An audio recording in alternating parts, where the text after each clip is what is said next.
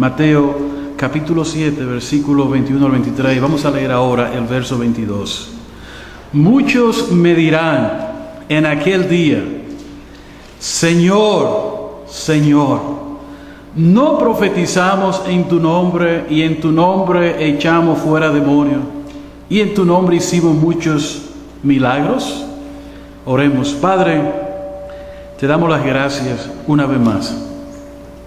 Sabemos de tus bondades, sabemos, Señor, de tu misericordia en la persona que tú nos has dado, en Cristo Jesús, el cual tú enviaste a este mundo para hacernos bien, para salvarnos, el cual se entregó por nuestros pecados. En esta tarde, cuando queremos predicar tu palabra, queremos traer este mensaje conforme, oh Dios, a la necesidad que hay en cada oyente en este lugar. No podemos hacerlo por nuestro propio conocimiento, nuestra propia fuerza.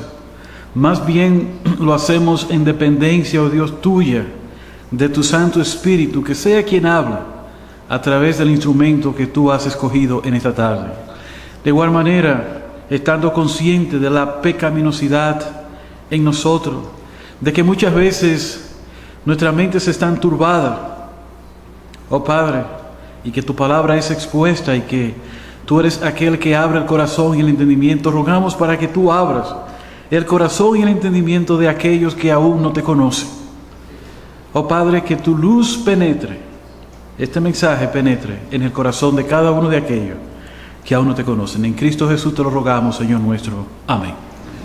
En este pasaje que se ha leído en esta tarde, me gustaría hacer énfasis en tres puntos principales, los cuales vamos a ver y así compartir la palabra de Dios. En primer lugar, nosotros vamos a tratar el uso indistinto de la palabra Señor a la ligera, como nosotros muchas veces hacemos.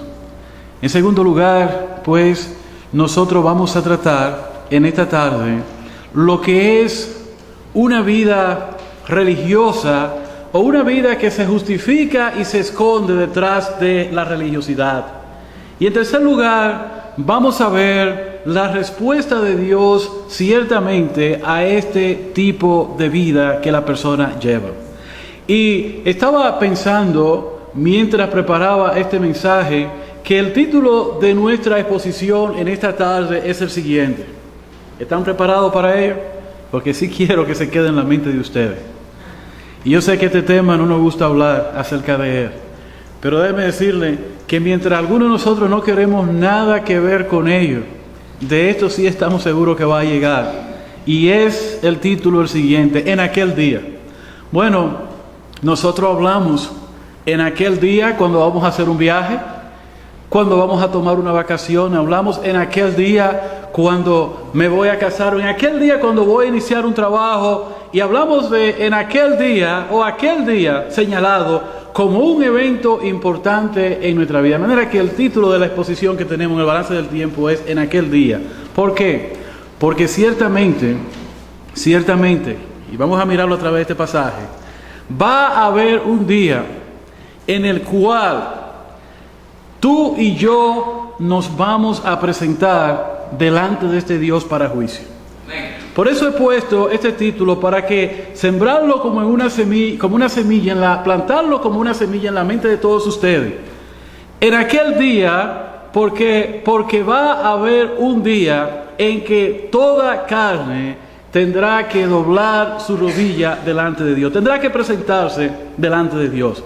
Ahora, yo sé que probablemente en la mente de algunos de ustedes dirán: ahí va otra vez a hablar del tema de la muerte. Bueno, es que para nosotros llegar a aquel día tenemos que morir. Y si aquí hay uno que no va a morir, yo quiero que levanten su mano. Yo quiero conocer quién tú eres, quiero saber de tu religión, quiero saber lo que comes, quiero saber las vitaminas que ingieres, el tipo de vida que te das. Todos nosotros vamos a perecer. Y habrá entonces un día cuando vamos a venir delante de la presencia de Dios. A cada uno de nosotros le va a tocar su turno. Algunos de ustedes se van a ir este año. ¿Cómo? Pero estamos en octubre ahora. Algunos se van a ir el año que viene. Otros se montarán en un avión y no llegarán. Otros manejarán 1 hora de camino y no llegarán. Y así, ¿por qué? Porque la Biblia dice que los días del hombre están contados. Ahora bien, es en esta vida en la cual nosotros estamos viviendo que nosotros hacemos una preparación para aquel día que va a venir, porque nos va a tocar ese día a nosotros. Algunos de ustedes quisieran que le tocaran después de los 100 años, otros 150, otros 109. Estaba leyendo un reportaje de una persona que casualmente en Japón era el hombre más viejo, anciano del mundo, y le preguntaban a él qué era lo que él hacía, y él decía que él comía y dormía. Eso era todo. Me imagino que él no pagaba biles. Me imagino que vivía en Japón y le dijeron, usted se va a quedar en este cuarto, los hijos lo subvencionaban o algo, pero es la persona más vieja que se conoce. Pero toda carne perece, nosotros ciertamente vamos a pasar. Ahora, en cuanto a ese día que va a venir, algunos de ustedes dirán, yo no creo que va a haber un día. Es más, yo creo que cuando yo parta de este mundo y me pongan allí en el ataúd, yo creo que ahí terminó mi vida cuando me entierren y no va a haber más nada. Bueno, eso no es lo que la palabra de Dios enseña. La palabra de Dios habla de aquel día. Y rápidamente hay unos textos que yo quiero leer así para que podamos entrar en estos puntos que dije. Para que ustedes entiendan que la palabra de Dios sí soporta y apoya la idea de que va a haber un día. El mismo Señor, hablando de esto en Mateo 10:15, no tienen que buscarlo, decía, de ciertos días, os digo, que en el día del juicio será más tolerable el castigo para la tierra de Sodoma y Gomorra, que para aquella ciudad. El Señor hablaba aquí de un día de juicio.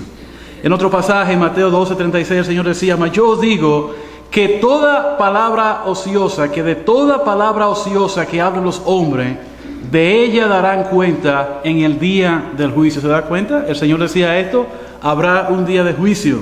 Romanos 2:3, el apóstol Pablo decía con una pregunta, hacía la siguiente pregunta, ¿y piensas esto, oh hombre, tú que juzgas a lo que tal hace y hace lo mismo que tú, escaparás del juicio de Dios? ¿Se da cuenta? Habla de un día que va a haber un juicio. Y el pasaje que me fascina, lo he pronunciado otra vez de este púlpito, Hebreos 9:27, muy conocido, y de la manera que está establecido para los hombres, que mueran una sola vez y después de esto, el juicio. Ahí estamos tú y yo, arropados con esta sábana. Morir una sola vez y después de esto vendrá el juicio. Ahora, si usted sigue leyendo su Biblia y llega a Apocalipsis, se va a encontrar con Apocalipsis 20:12, donde la palabra de Dios dice, y vi a los muertos, grandes y pequeños, de pie ante Dios. Y los libros fueron abiertos, y otro libro fue abierto, el cual es el libro de la vida. Y fueron juzgados los muertos por las cosas que estaban escritas en los libros según sus obras. ¿Se da cuenta? Habrá un día. Para algunos de nosotros será este año. Para otros será el año próximo. Para otros puede suceder en 5 minutos, 5 segundos más adelante.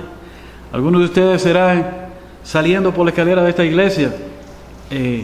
Algunos de ustedes serán en una situación, etcétera, etcétera. Estamos nosotros viviendo realmente en un tiempo de fragilidad continua. David estaba preocupado por esta realidad. Y él, que tenía tantas posesiones, que tenía un reino que Dios había entregado en sus manos, David venía delante de Dios y se hacía esta pregunta que todo hombre muchas veces se hace. Mi abuela, que está aquí, nada más dice, ¿hasta cuándo, Señor? ¿Hasta cuándo? Y yo, que estoy detrás de ella, yo le digo a mi abuela, abuela, el año que viene está bien. No, es Dios que sabe, es Dios que sabe. Porque tenemos un apego a las cosas de este mundo. Ahora bien, ese día va a llegar. Pero David decía en el Salmo 39:4, hazme saber, Jehová, mi fin, y cuánta sea la medida de mis días, sepa yo qué tan frágil soy. Y David decía en el versículo 5, diste a mis días términos cortos, completa vanidad todo hombre que vive. ¿Qué es lo que queremos decir? Que los días tuyos y los míos están contados para aquel día que va a venir. Y va a suceder en cualquier momento. Ahora, mientras ese tiempo llega, se predica el Evangelio. Mientras ese tiempo llega, tú escuchas el mensaje del Evangelio. ¿Sabes por qué? Porque la palabra de Dios dice que Dios no quiere que nadie perezca, sino que todos procedan al arrepentimiento. Una vez que nosotros partimos de este mundo, perdemos toda esperanza de poder estar justificado delante de la presencia de Dios. Por eso Jesucristo vino al mundo. ¿Para qué? Para que nosotros a través de Él tengamos vida eterna. Para que nuestra justicia fuese imputada de esta manera. Para Él vino a cumplir con todas las demandas de Dios.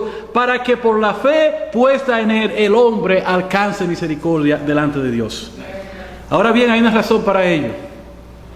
Porque cuando Adán pecó en el huerto del Edén, Romanos 3:23 dice que por cuanto todos pecaron, están destituidos de la gloria de Dios. Cuando el hombre pecó, arrastró a toda la humanidad y la excluyó completamente de la presencia de Dios. Por eso Cristo Jesús vino al mundo. Algunos se preguntan, ¿por qué Jesucristo vino al mundo? Sencillamente, el apóstol Pablo nos da esa respuesta. Que Dios estaba en Cristo reconciliando consigo al mundo, no tomándole en cuenta sus pecados. Y eso tiene que ver contigo y tiene que ver conmigo. Ahora, volviendo a nuestro pasaje que hemos leído en esta tarde. Si usted está conmigo en Mateo, capítulo 7, versículo 21 al 23. Allí hay un grupo de personas que ciertamente han venido delante del Señor.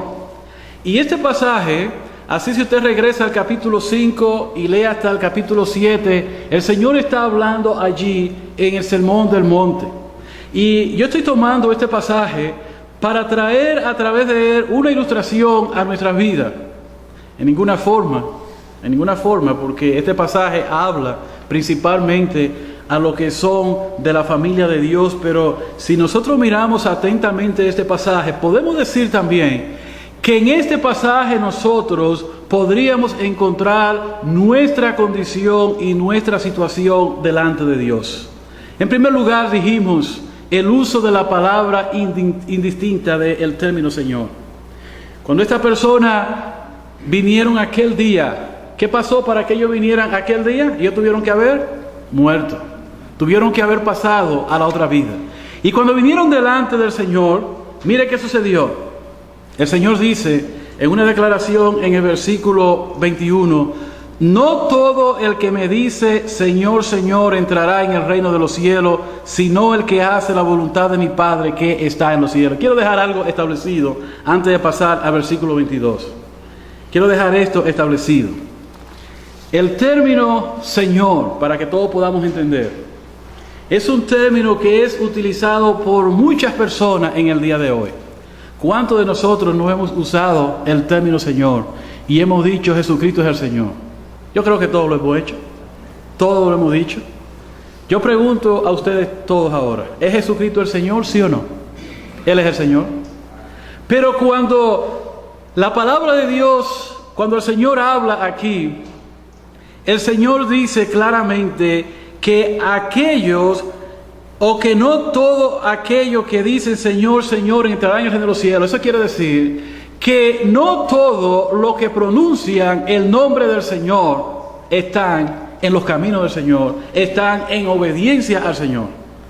Nosotros vivimos en una nación y en esta tarde yo no sé cómo está tu vida con Dios. Pero si yo te pregunto a ti, ¿Jesucristo es tu Señor? Tú vas a decir, pero claro que sí. ¿Pero por qué tú lo dices? ¿Sobre qué base te apoyas tú para decir que Jesucristo es el Señor? Bueno, tú dices, yo vengo a la iglesia, ok, yo leo mi Biblia, sí, yo ofrendo, sí. Pero lo que el Señor está diciendo aquí, que nadie, absolutamente nadie, que no hace la voluntad de Dios puede llamar a Jesucristo Señor. Dice, no todo el que me dice Señor, Señor entrará en el reino de los cielos, sino el que hace la voluntad de mi Padre que está en los cielos. El hombre no tiene parte en el reino de los cielos. Pero para usted tener parte, se necesita más que decir que Jesucristo es el Señor. ¿Sabe lo que se necesita hacer? Obedecer el mensaje de la palabra de Dios. Y nosotros sabemos que el mensaje de la palabra de Dios es uno solo. Y cuando el hombre entiende este mensaje, de ahí se desprenden muchas cosas para su vida.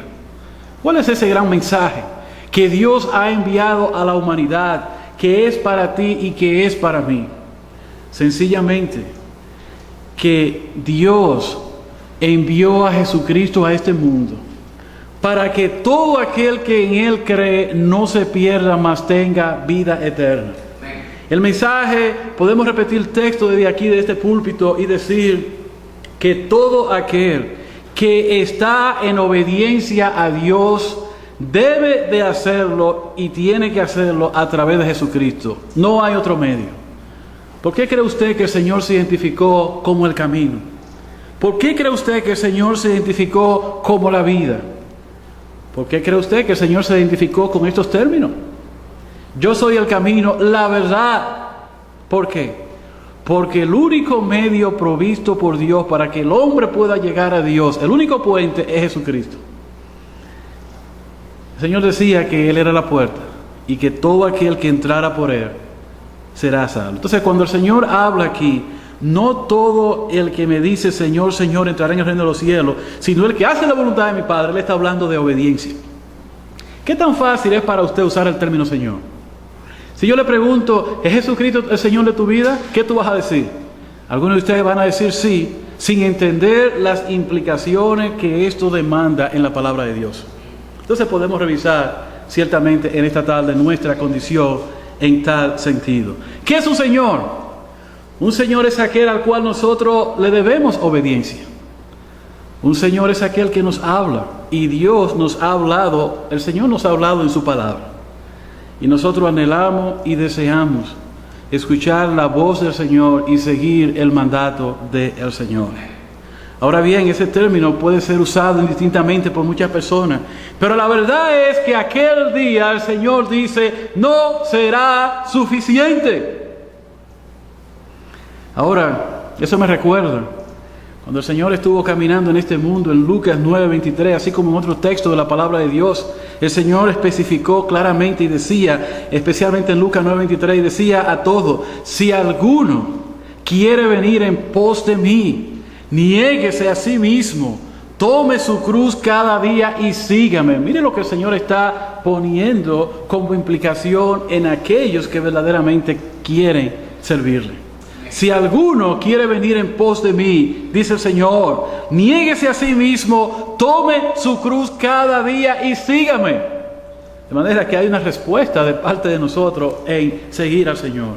Cuando yo digo que Jesucristo es el Señor, yo estoy diciendo que Él es el amo, que Él es el dueño de mi vida, que Él es el que me ordena. Entonces yo digo, ¿qué es lo que me está ordenando el Señor en su palabra? Es una lástima ver cómo probablemente muchos, y no sé si usted está en ese grupo de muchos, pero es bueno que examinemos nuestra vida en esta tarde, dirán que Jesucristo es el Señor, que Él es su Salvador, pero en sus vidas no se ve reflejado realmente esta demanda. Ahora, segundo punto en esta tarde para considerar, y es aquí el versículo 22 que hicimos énfasis. El Señor dice, muchos me dirán en aquel día. ¿Cuándo? Cuando llegue aquel día. Aquí estamos hablando de una vida religiosa. El Señor dice, muchos me dirán en aquel día, Señor, Señor, ¿no profetizamos en tu nombre? En tu nombre echamos fuera demonios y en tu nombre hicimos muchos milagros. Yo quisiera preguntar en esta tarde, cuando usted ve hoy muchas personas haciendo tal vez milagros, sacando tal vez demonios de otra persona, tal vez haciendo y dando cierta profecía que la gente también la cree. Cuando usted ve todo aquello, ¿qué dice usted? ¿Cuál es la reacción que usted tiene? Usted dice, pero ahí me parece que está Dios. Dios está detrás de todo eso. Déjeme decirle que Satanás profetiza. Satanás también hace milagros. ¿Ok? Satanás también saca demonios. Usted va a decir, él mismo sacando demonios por sí mismo. Bueno, él hace simulacro y engaña a la gente para que la gente crea en eso que está mirando. Porque nosotros a veces no podemos entender las cosas que suceden. Pero estos ojos que están aquí se dejan llevar de cualquier cosa barata que está allá afuera. El apóstol Pablo decía claramente de que el hombre está en un estado de engaño. Dice que Satanás ha engañado el entendimiento de los hombres para que no les resplandezca la luz del Evangelio. Pues esos hombres que el Señor está hablando aquí, aquel día les recordaron al Señor que por su vida religiosa, escuche bien, su vida religiosa, ¿cuál era? El Señor está citando 3 cosas que hacía. ¿Usted quiere 3 cosas mayores que esta? Profetizar, echar fuera demonios y hacer milagros. A lo mejor usted le va a decir al Señor aquel día, pero mira, yo no me perdía un culto, pero yo era una persona tan mala, pero yo hacía esto, aquello o lo otro. ¿Y saben qué? Nada de lo que nosotros podamos hacer nos justificará para aquel día. Aquel día está próximo a llegar. ¿Saben qué es lo único que va a justificar al hombre delante de Dios? La fe puesta en Jesucristo. No hay más nada. Porque la palabra de Dios declara que todas nuestras obras son como trapo de inmundicia. ¿Y qué puedes tú ofrecer a Dios? ¿Y qué puedo yo ofrecer en esta vida? Absolutamente nada. El apóstol Pablo en la carta a Efesios le decía claramente a ellos que la salvación era por gracia, no por obra, para que nadie se gloríe. Nosotros en esta tarde debemos entender en Gálatas 2:16, si podemos buscarlo rápidamente, dice: sabiendo que el hombre no es justificado por las obras de la ley, sino por la fe en Jesucristo, nosotros también hemos creído en Jesucristo para ser justificados por la fe de Cristo y no por las obras de la ley, por cuanto por las obras de la ley nadie será justificado. Hay una sola cosa que puede justificar al hombre: la fe en Jesucristo. ¿Saben que estos hombres se ocuparon de todo? Se ocuparon de los eventos tal vez más grandes. Y a veces con usted puede pasar eso también. Usted pensará que los eventos más grandes que usted puede hacer son los que van a comprar aquel día delante de Dios. Sin embargo, la salvación es algo tan fácil y Dios la ha hecho tan fácil que con nosotros venir al Señor en arrepentimiento de nuestros pecados, en depositar nuestra fe en el Señor, esa es la única manera en que Dios justifica al hombre. Al contrario, podríamos esforzarnos haciendo todas las demás obras de este mundo. Los hombres se esfuerzan por hacer obras grandes. ¿Qué hacen los hombres en el día de hoy? Edifican, dan, contribuyen, tratan de conducirse en una manera moralista, y con la mente que ellos tienen, ellos piensan y dicen: verdaderamente, yo he vivido delante de Dios con una conciencia tranquila. Pues mire, esta gente que estaba aquí pensaba que verdaderamente estaba haciendo lo correcto. Y el Señor les dice a ellos claramente: algunos me dirán en aquel día: no profetizamos en tu nombre echamos fuera demonios, y en tu nombre hicimos muchos milagros. Todas estas palabrerías y todas estas cosas no serán suficientes. Una vida religiosa. ¿Qué es una vida religiosa? Una vida religiosa es una vida que consta de un propio razonamiento personal. Usted ha visto cuando uno dice: bueno, yo no creo que la cosa va a ser así. Yo tengo mi propia convicción, mi propio pensamiento. No se trata de tener tu propio razonamiento. ¿Sabe de qué se trata? Se trata de que ahora, a través de la fe en Jesucristo, es la única manera como el hombre que está destituido de la gloria de Dios es justificado delante de Dios. Romanos 5:1 dice claramente: justificados pues por la fe, tenemos paz para con Dios por medio de Jesucristo, nuestro Señor Jesucristo. Tercer lugar, en esta tarde, tenemos que avanzar por el tiempo. ¿Cuál fue la respuesta de Dios a esta persona? Miren, aquel día nosotros nos vamos a presentar delante de Dios.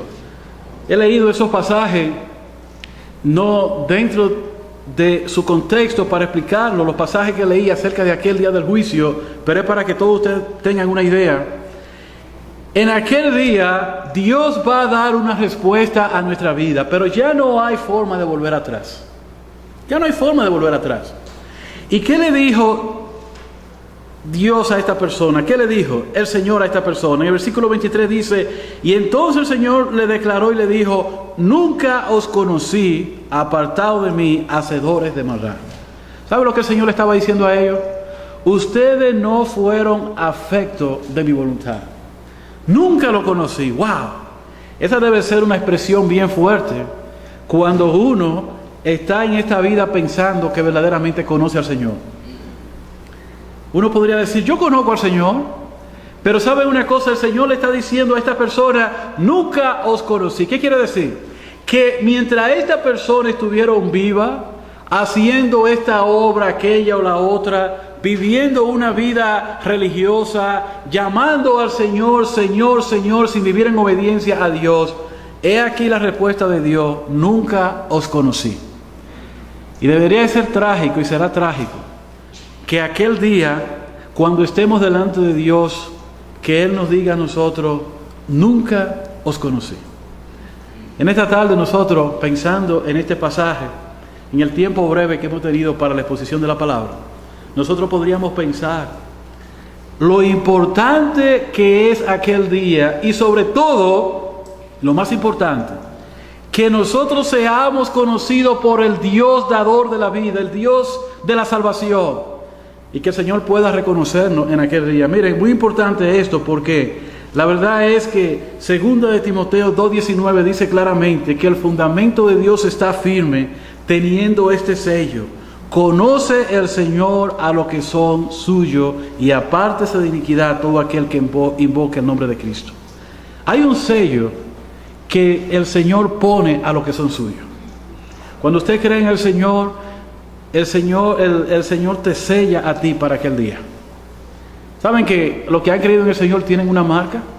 Que aquel día el Señor va a decir, ese es mío, aquel es mío, ese no es mío, aquel es mío. Pero esa marca hay que colocársela aquí en la tierra. ¿Cómo? Viniendo en arrepentimiento a Dios a través de Jesucristo. Yo quiero concluir con este pasaje bien conocido que se encuentra en Romanos capítulo 10. Me van a perdonar el tiempo, unos minutos más. Pasaje bien conocido que debe quedar claro en esta tarde en la mente de cada uno de nosotros. En el versículo 9 dice esto la palabra de Dios. El apóstol Pablo escribiendo dice que si confesares con tu boca que Jesús es el Señor y creyeres en tu corazón que Dios le levantó de los muertos, serás salvo. ¿Sabes? Cuando tú reconoces eso, tú estás reconociendo que Jesucristo murió por tus pecados. Porque la única manera que nosotros sabemos claramente que vamos a tener vida después de la muerte es porque el Señor resucitó y entendemos realmente la obra que Dios hizo cuando Cristo murió. Cristo fue el único sacrificio, el único sustituto que Dios puso, que allí en la cruz del Calvario, su sacrificio nos limpió de nuestro pecado. Pero para hacer eso efectivo en nuestra vida, tenemos que creer en el Señor. Tenemos que creer este mensaje. Entonces, el mensaje es simple en esta tarde. Cree en el Señor Jesucristo. ¿Y saben qué? Cuando venga aquel día, porque ese día va a llegar. ¿Cuándo va a llegar para algunos de ustedes? Yo quisiera tener la fecha exacta para algunos de ustedes. Yo quisiera saber mi propia fecha también. Pero la palabra de Dios dice que en Amós 4:14, prepárate para venir al encuentro con Dios. ¿Cuándo va a suceder eso? Si nos acostamos a dormir, no podemos tal vez amanecer. Hay personas que se acuestan y no vuelven. Hay personas que salen y no llegan. Pero aquí nosotros tenemos esta esperanza gloriosa. La pregunta no es si vamos a tener aquel día y vamos a estar. La pregunta es cuándo. Y mientras este tiempo viene, tomamos la oportunidad para escuchar el mensaje y prepararnos. Que el Señor nos bendiga.